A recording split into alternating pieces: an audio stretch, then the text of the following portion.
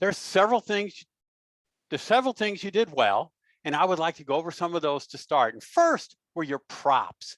I love that box of life cereal off to your side, that visual, because any of us that have seen Mikey before and seen that commercial, immediately we're drawn back into our past.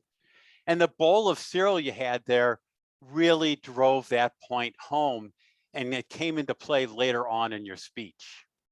I also like your vocal variety, and by that, mostly I mean your pace. You were nice and slow. You allowed us to keep up with you, and you did pauses at the appropriate points. That way, we were not trying to catch up with you and figure out what you were saying. After each story, you paused and let it sink in. Like all of us, I think you have some opportunities. And the first opportunity I'd like to talk about has to do with your online presence. I think any evaluation without talking about that in today's day and age would be selling you short. You did something well, you were standing, and I love that. You need to stand in these evaluations or in these speeches. But there are a couple of things I think that would bring your speech to that next level. And the first is your camera angle. The camera was looking up, so you were looking down. And because you were looking down, your eyes were partially closed and it looked like you were squinting most of the time. You want the camera to be at your eye level. So now you can look into the camera. And there's some clutter in your background. You want a clean background if at all possible. You had that lamp above your head. And then off over your shoulder, there was something hanging over the door. So people get distracted. They might look at that and say, what is that? Instead of paying attention to you. And the other thing I think that we really want to focus on is movement when we're standing, especially. You were constrained by the props off to the side. However, you have a full screen that you can move, and that allows you to move the stage. You kind of stayed in one spot the entire time, as opposed to using the entire stage. So I think you had some opportunity there. But what I liked most about your speech was your gestures. The one that really stood out was hitting your head over and over and over again. That really drove the point home. And your hands, for emphasis, you used those extremely well. And when you weren't using them, you kept them down out of the way.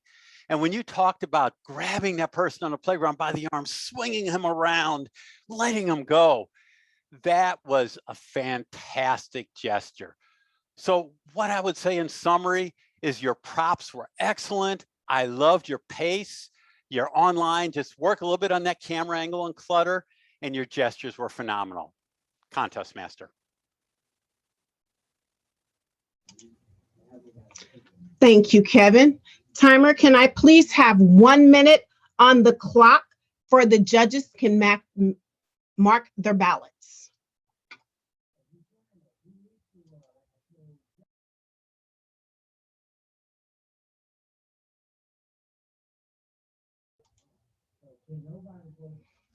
Timer 2, can you please take the red off of the background unless I have made it to my 1 minute? Thank you.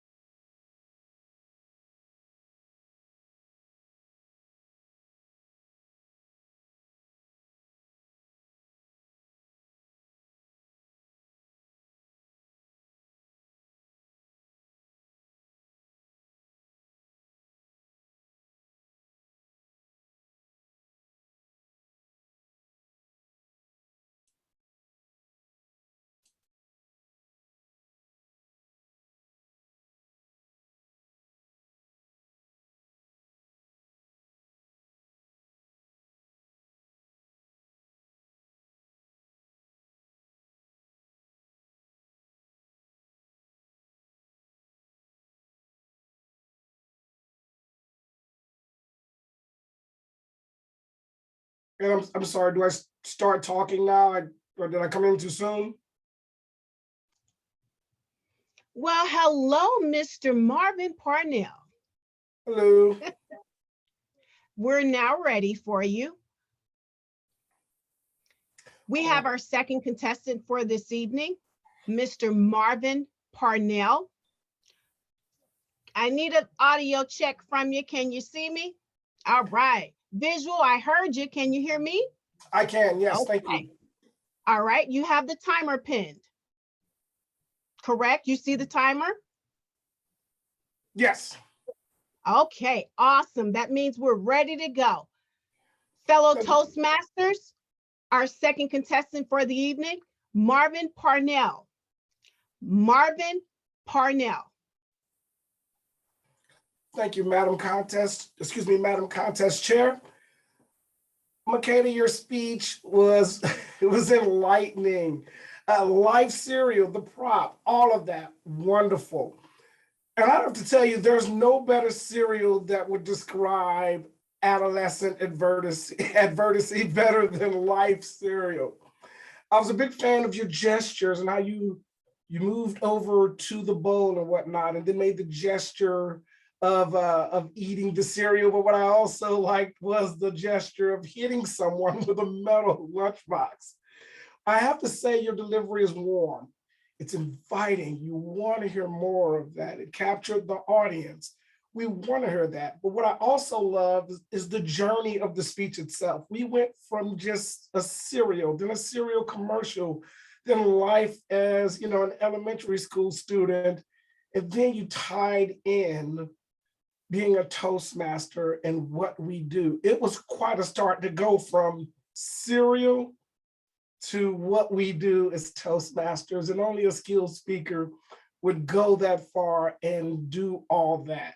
And it was very, very entertaining. Like I said earlier, very, very warm delivery, great gestures. When you wanted to make a point stick, you used your hands, you leaned into the camera and made it known so that that person, not only did they hear it, they felt what you were delivering to them. And that's a very, very hard skill to develop. It takes time for some, takes years for others, but that's what you delivered today in the speech. I only have 2 points that I want to talk, if I may offer some advice. One of them were the pauses. The pauses seemed as if they weren't planned. It seemed as if they were an abrupt stop.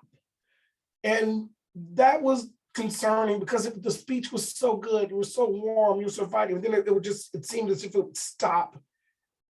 The pause was coming where we didn't see one.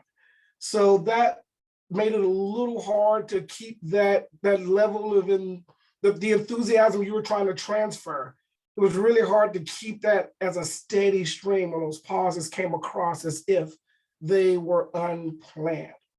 Now, let me offer some advice as it relates to that as well, Makeda.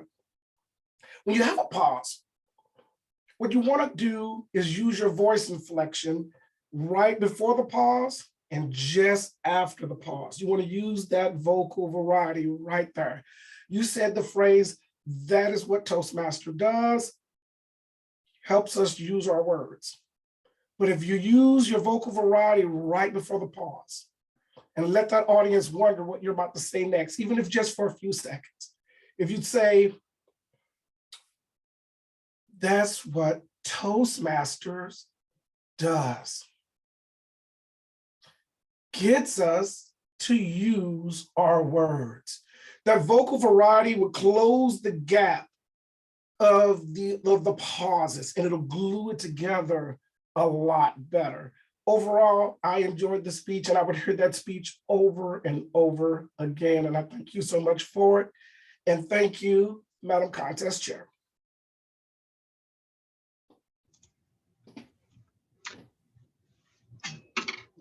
Thank you, Toastmaster Marvin. Timer, can I please have 1 minute on the clock for the judges to cast their ballots?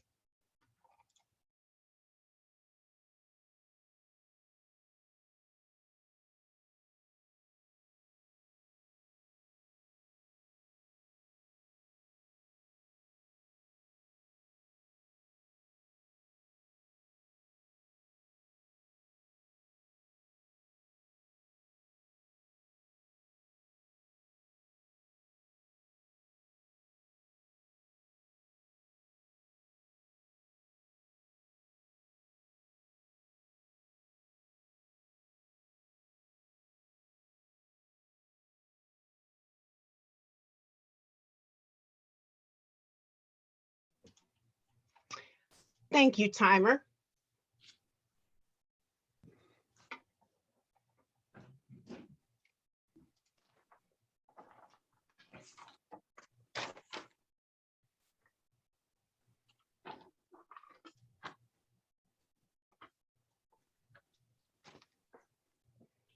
Fellow Toastmasters, our third contestant for this evening is Toastmaster Lamont Curry. Lamont, can you hear me? I can hear you. I can hear you too. Can you see me? I can see you. I can see you too. All right, so we're good to go. Fellow Toastmasters, our third contestant for this evening is Toastmaster Lamont Curry. Toastmaster Lamont Curry. I wanted to be like Mikey. You know, that's a throwback for me because I remember those commercials and I'm a baby boomer.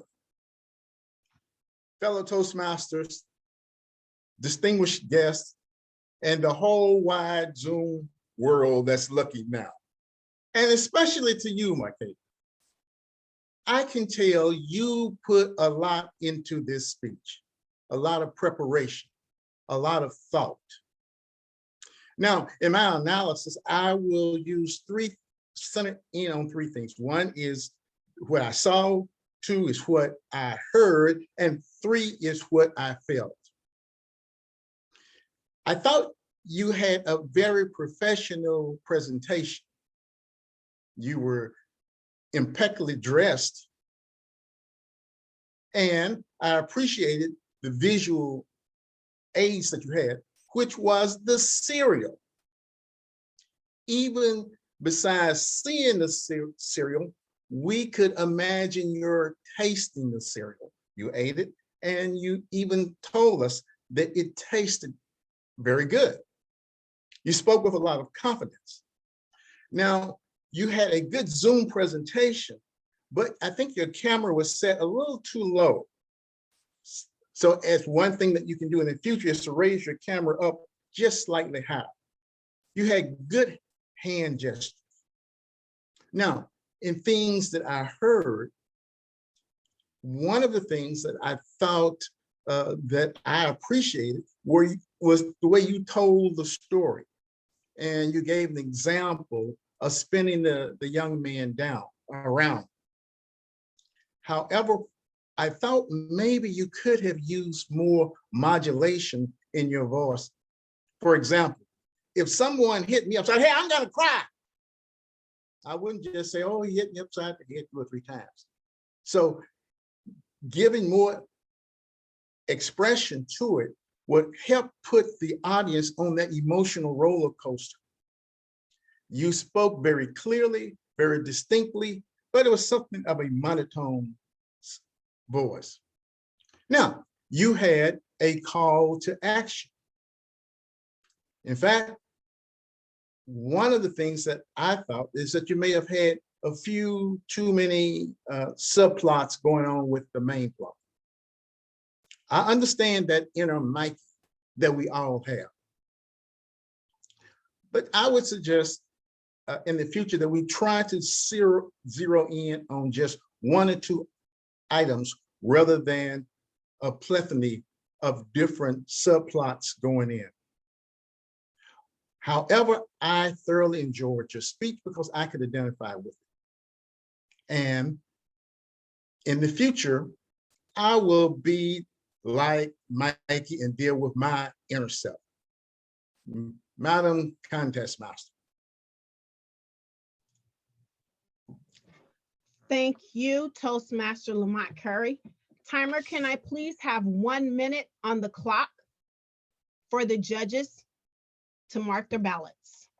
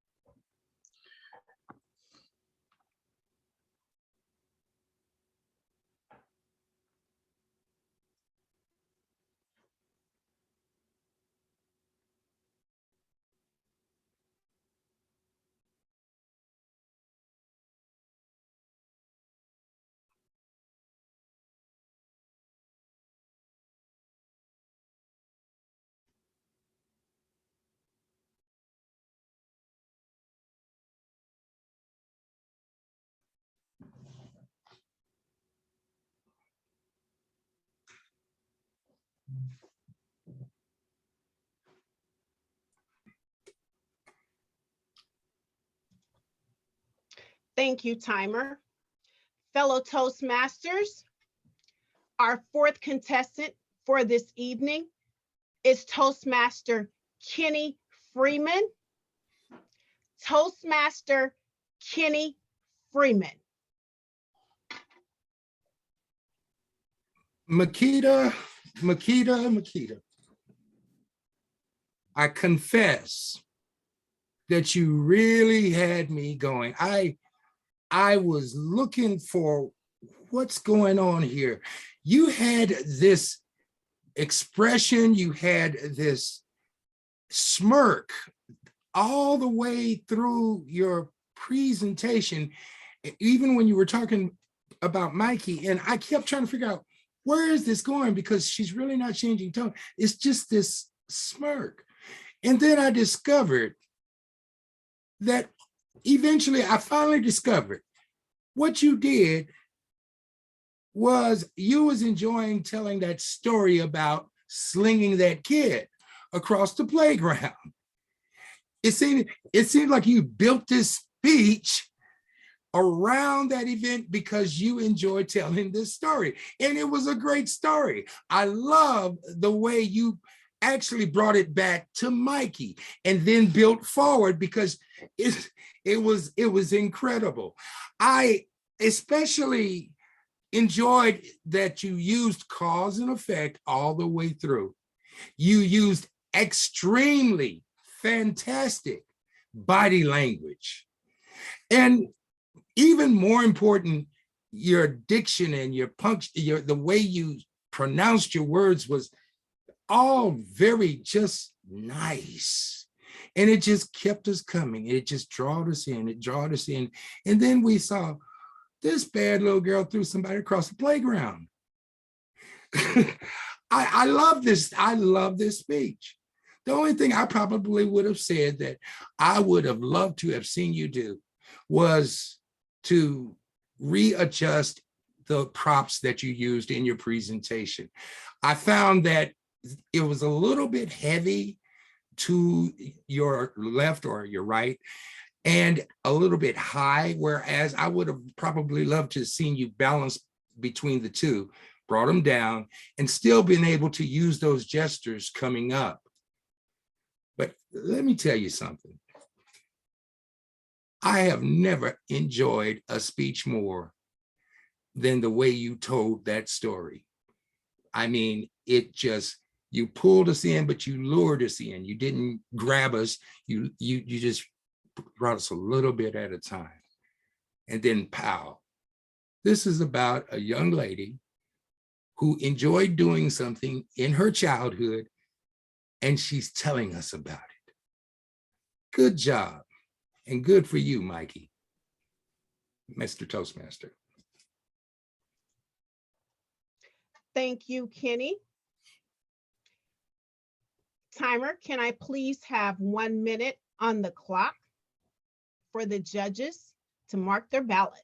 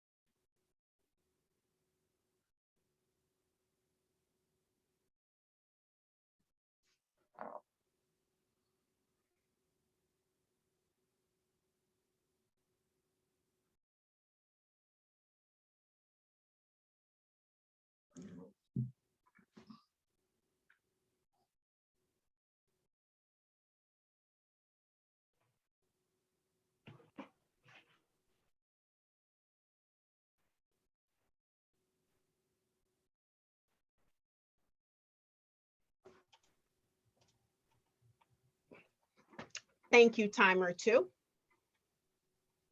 Fellow Toastmasters, we have our final contestant for this evening. Our 5th contestant is Toastmaster Paul Cook. Paul Cook.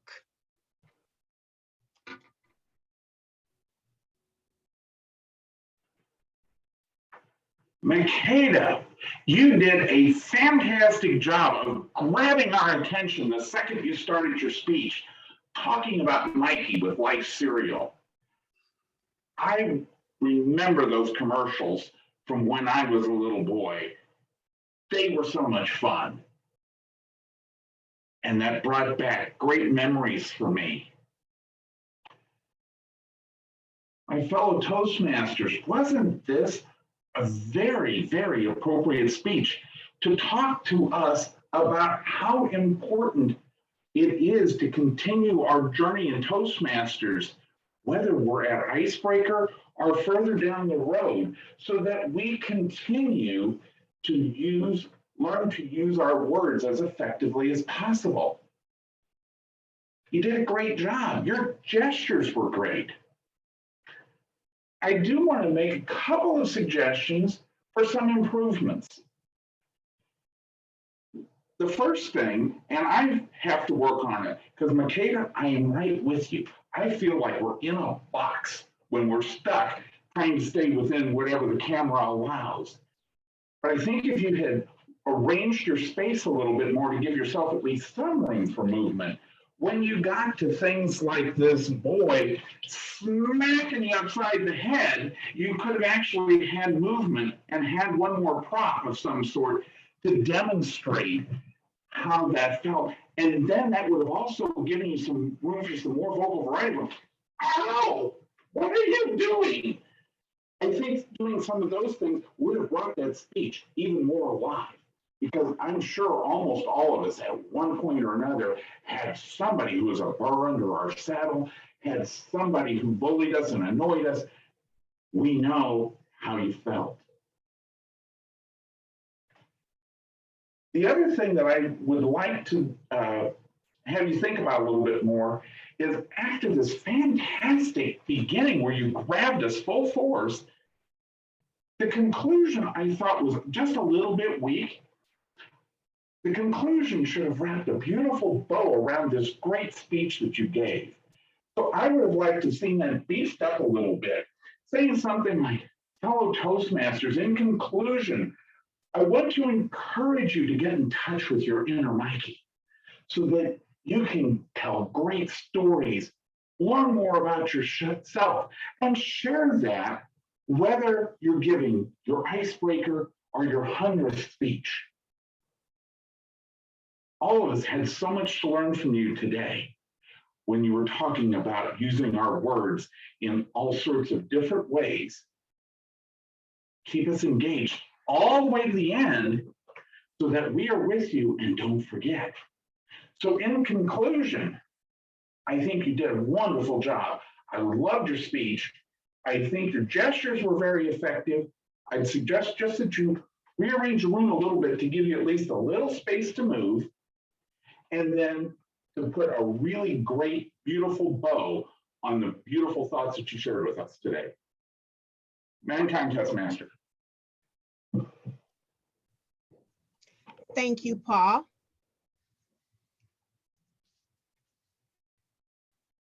At this time, we're going to ask that our judges mark their ballots.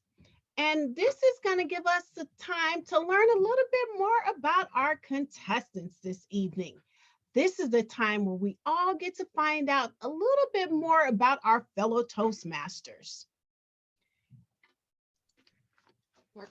I will start our interviews in the order of contestants, the way that they all were earlier. Can we all give our contestants, you have your emojis, please. Let's give them a round of applause. They did a great job. Okay, I think Karen has to say something. Would you please allow the judges time to finish marking their ballots before we move on to the interviews? Sure. Okay. Sorry about that.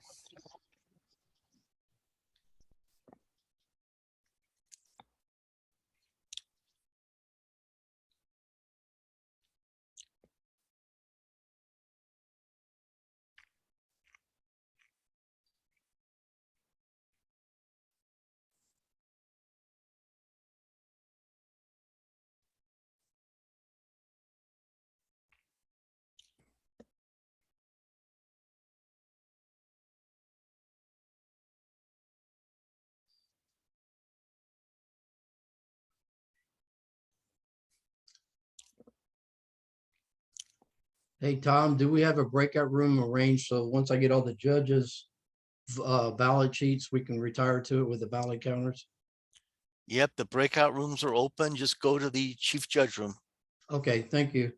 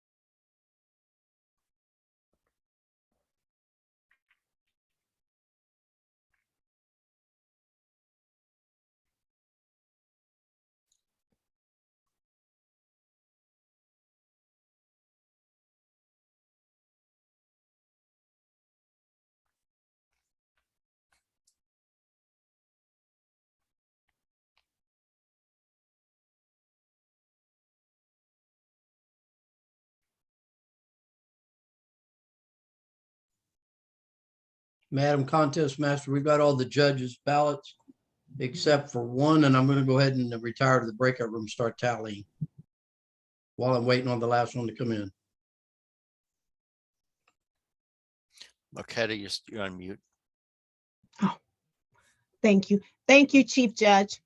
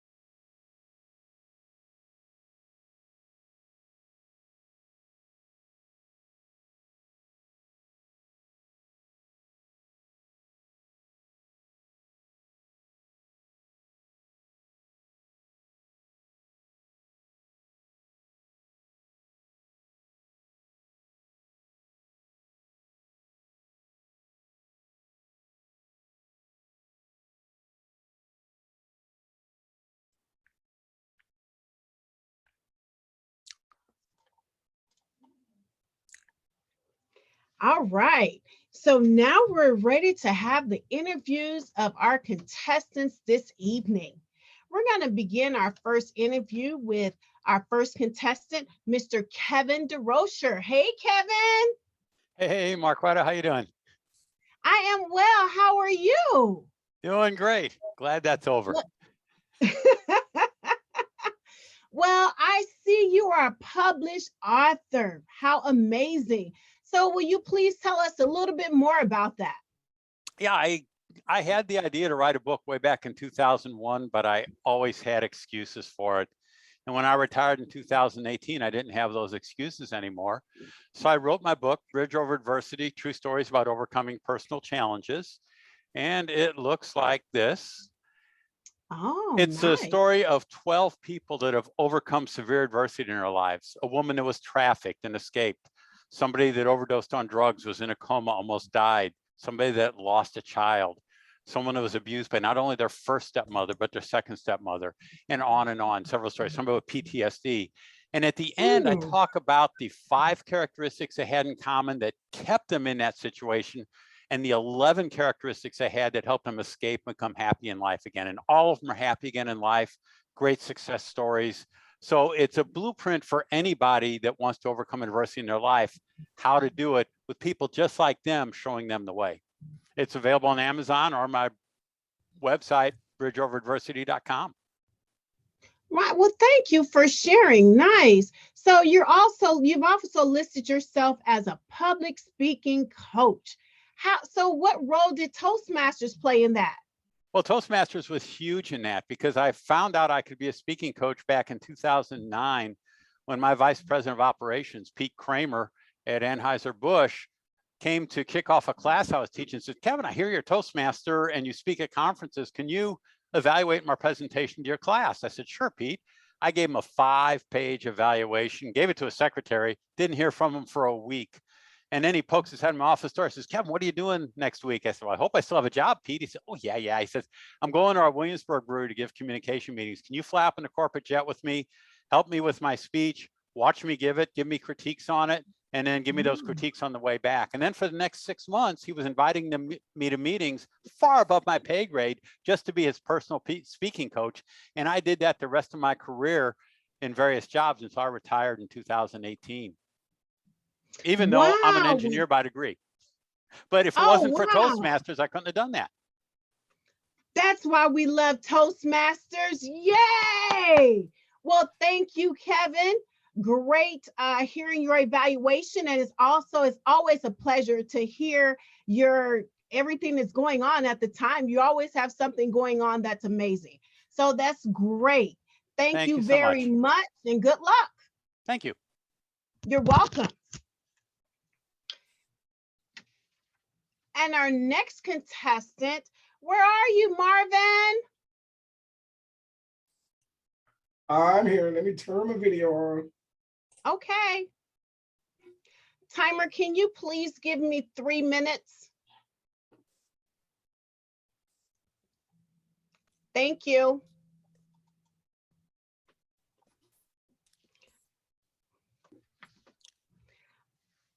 All right, Marvin.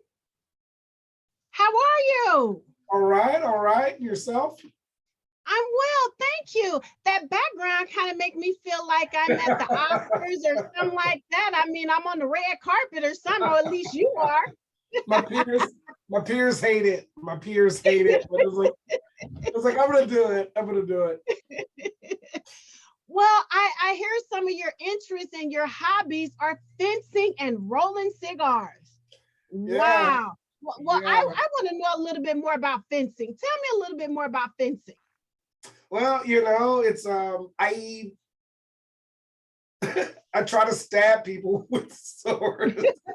And to be fair, those people try to stab me too.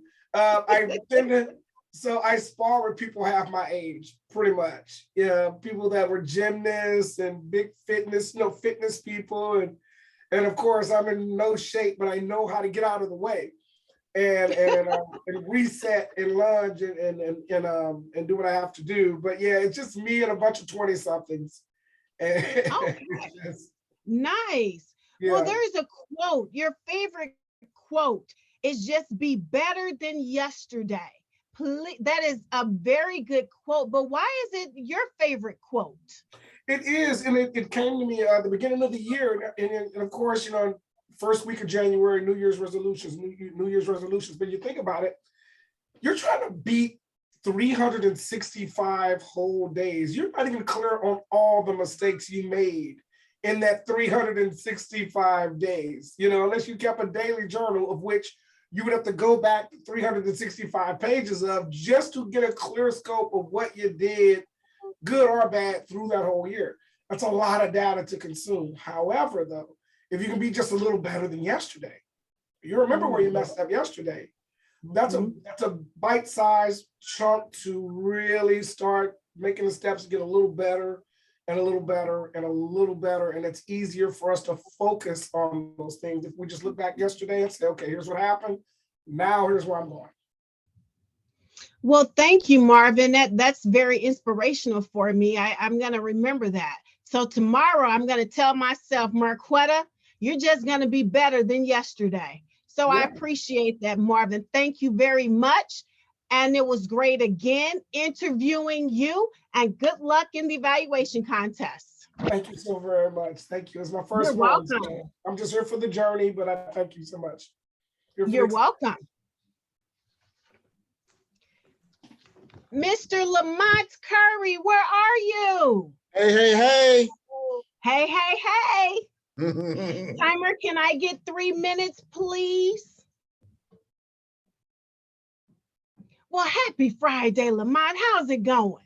I'm doing great, but I have to make a public service announcement before we start. Okay. That is, St. Clair Toastmasters will celebrate their 75th anniversary on June the 11th. Woo! Everyone is invited. You can simply go to our site and get more information about it. This is a big deal for our club.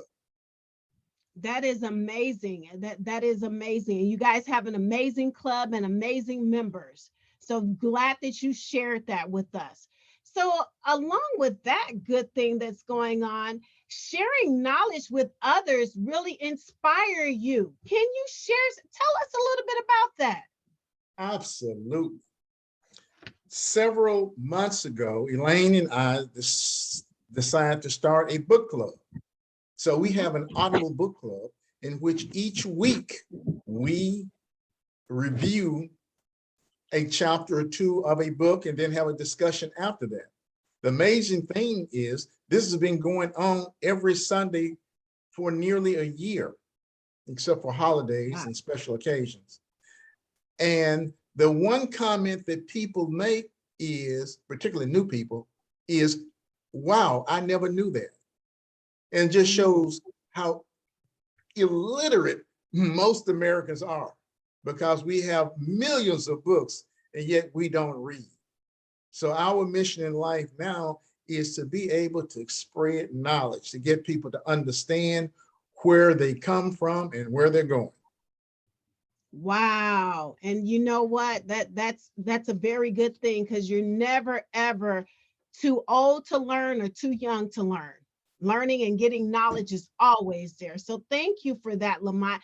I got another question for you, though. You like your hobbies are learning and shopping. So Lamont, what are you shopping for? Tell me about your shopping. What are you shopping for? Look, when we bought this house, the basement was unfinished. We had a contractor to come in, and he was amazed at the items that I would get and bring in. I'm picking up things on the garage sales, stuff on the street. And he was saying, well, I'm not installing that, but I have an eye for usable things. So what do I shop for?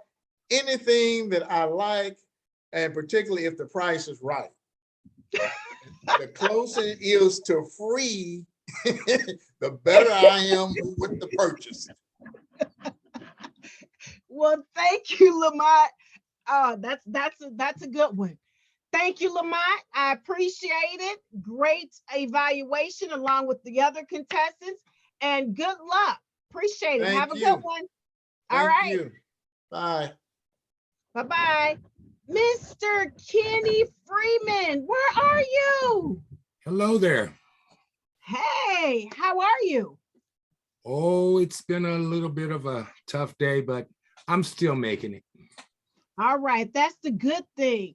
So with that being said, I hear something that inspires you the most is helping others, which is an amazing thing. So what is it with helping others that really inspire you?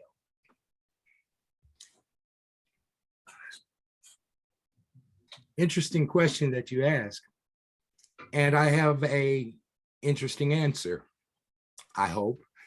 I think it is because somebody helped me first. I was born in 1957 in a Salvation Army hospital for unwed mothers, and I was left in an orphanage where I stayed for 18 months until a family from Oklahoma drove all the way to Wichita, Kansas, and adopted me. So somebody helped me first and helped me when I was at my most vulnerable stage in life. I think that possibility that I think that might have been the spark that has had me being in helpful roles all the rest of my life. I love seeing people get better and do better. And that's one of the things I like about being a distinguished Toastmaster is because now, since I had finished the journey, I can help others get there. And that's what's kept me in Toastmasters for 30 years. Wow, that's amazing. And you know, I just want to add a little bit more to that. In District 8, I hear it a lot of times from a lot of fellow Toastmasters, pay it forward. And that is just amazing. And I love that. And something that one of your favorite quotes is, to whom much is given, much is required. Amen. Expound on that for me. Nobody can say it better than the book itself. That's my first perspective. But to whom much is given, much is required. When we look at our blessings and we look at it from the perspective of look at everything I've got, we have nothing. When we look at it from the perspective of look at everything I have to give, then we have everything. It's just, there's something about giving. It's far better than receiving, far better. And, it is as simple as, helping a child and seeing that child light up like a Christmas tree. When you see it, there's this communication that is nonverbal, that is in that smile, that just does something to you inside. The same thing goes for helping someone out on the streets. Absolutely, yes. And Kenny, that is just that's wonderful. And I gotta add to that. This is why I love District 8, because one thing I can say about this district, we had a past district director that said, and that was Elaine Curry, it takes a village. And in District 8, we have a village, and this village is just so amazing. And it touches on your quote, and it touches on where you came from helping others. So I want to thank you so much for actually just being here, part of the evaluation contest. I wish you luck, and thank you very much, Kenny. Thank you. You're welcome. I am looking for our final contestant this evening, Toastmaster Paul Cook. Where are you, Paul? I see ya. Timer, can I have 3 minutes, please? I see you, Paul. You're there. I don't have to read my notes, so I can jettison the glasses. Oh, this is going to be easy. So Paul, I hear that when you're teaching someone and the light bulb comes on, that is one of your most inspiring, something that inspires you the most. So you were talking earlier, and guess what? A light bulb went on with me. So tell me about that. I've always considered myself an educator. It's one of the very top things that I identify myself as. And I just love it, whether I'm helping a fellow Toastmaster learn a role, work on a speech. If I do a lot of teaching professionally, I lead Bible study at church, and it just feels so great when I've worked with somebody and all of a sudden they go, "Oh, I got it. I understand." And to see them improve and move forward is just a great joy for me. All right. And one of your hobbies is cooking. Come on, tell me, what's that favorite dish that you cook? I know you're gonna, once we get back together as a district and we go to this conference, I'm requesting now that you bring your favorite dish. So what is that? That would be tough because I like to cook just about anything, baking, cooking, whatever. My kitchen is currently getting gut rehab. We went all the way down to the studs and it's a disaster right now, but I'm looking forward to having that. Only took 27 years to get around to it. But one of the things that is a favorite of a lot of people are my brownies. And one time, many years ago, I worked in a small office, and the office manager and I were the ones that made sure that everybody had goodies for their birthday. Well, about 9 o'clock on a Sunday night, I went, "Oh my goodness, it's Mary's birthday today. I'm supposed to bring goodies tomorrow." And I threw these brownies together, and then I went, "Oh shoot, the receptionist is following Orthodox Jewish food rules." Ooh. And I went in and I said, "Okay." I said, "Vicki, I am so sorry. Don't tell Mary. I almost forgot her birthday. Here's what's in the brownies. It's a half a pound of butter, a half a pound of unsweetened chocolate, 4 cups of sugar, 8 eggs, and like 2 cups of flour." And they're real gooey and decadent. And she's like, "Oh yeah." She said, "Butter and sugar, we can have that all day. That's fine." And one of the other guys in the office looks at me and says, "Does the Surgeon General know about your brownies?" Well, thank you, Paul. So my request is going to be brownies. There you go. Well, thank you so much for being a contestant this evening and making it to the evaluation contest. And as I've told the rest of the contestants, good luck, and good luck to you as well. Thank you very much. All right. Thank you. You're welcome. Well, to all my fellow Toastmasters out there, I think my time is coming to an end as being your contest master. I'm going to turn the microphone and the computer, all the digital things that I'm dealing with over here. I'm going to turn all of that over to Andrew right now. And Andrew has a great update for you. So he's going to be able to talk to you from here on out. So thank everybody. Thank you guys very much.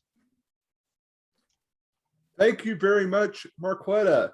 And I have the results from that trivia contest. I want to thank again everybody for participating and enjoying this first time. We've had a lot of fun looking at the results. I think next time I need to make it more difficult. So know that next time will not be as easy, but it will be just as fun. Amazingly, we had a 3-way tie at the top, but more amazingly is the tiebreakers broke them all. So we have a definite first, second, and third place. In third place, Team 8, Woostel Speaks. Congratulations to them. In second place, Team 1, Smedley's Smarties. Well done, Team 1.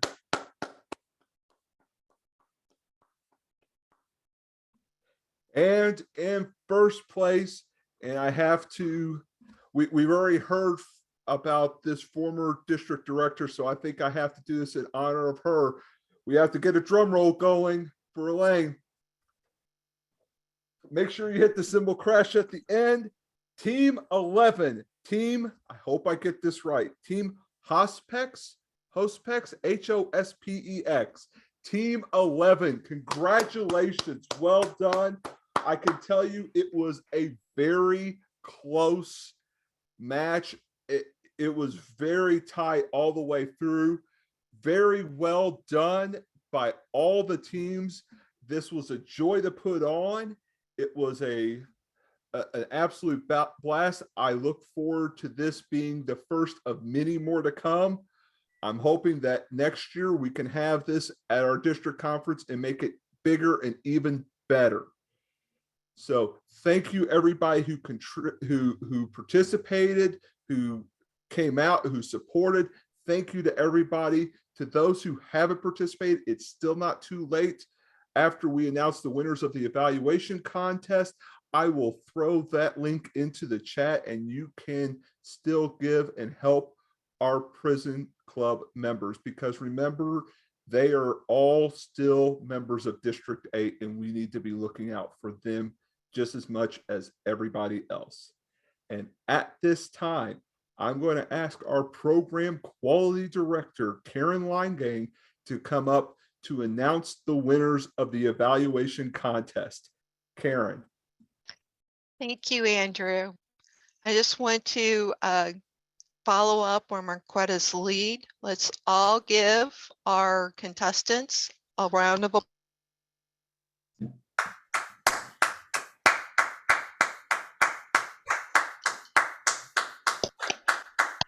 All right. You all did very good. I do have the results.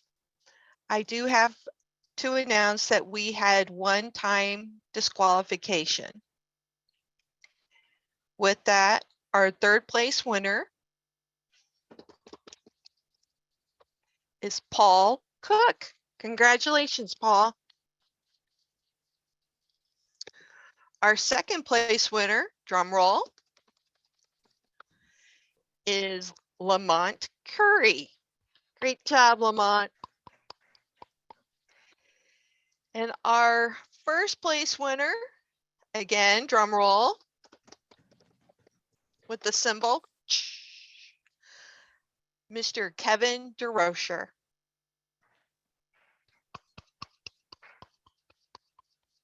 You all did an awesome job. Okay, that concludes our contest for the evening, but it has not concluded our conference. We start all over again.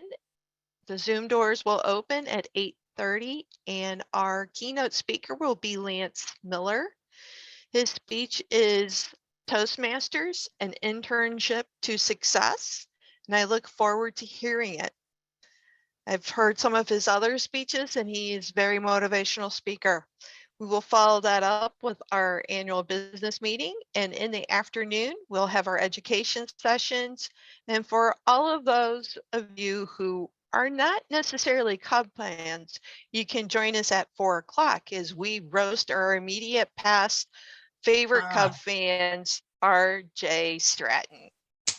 So maybe this is time where we all go get Cub caps and we put an X through the Cubs. I don't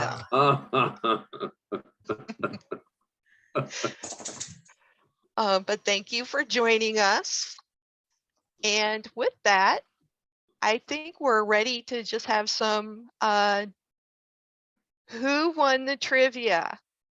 So Orbeck, I believe team 11 won the trivia. So that would be you.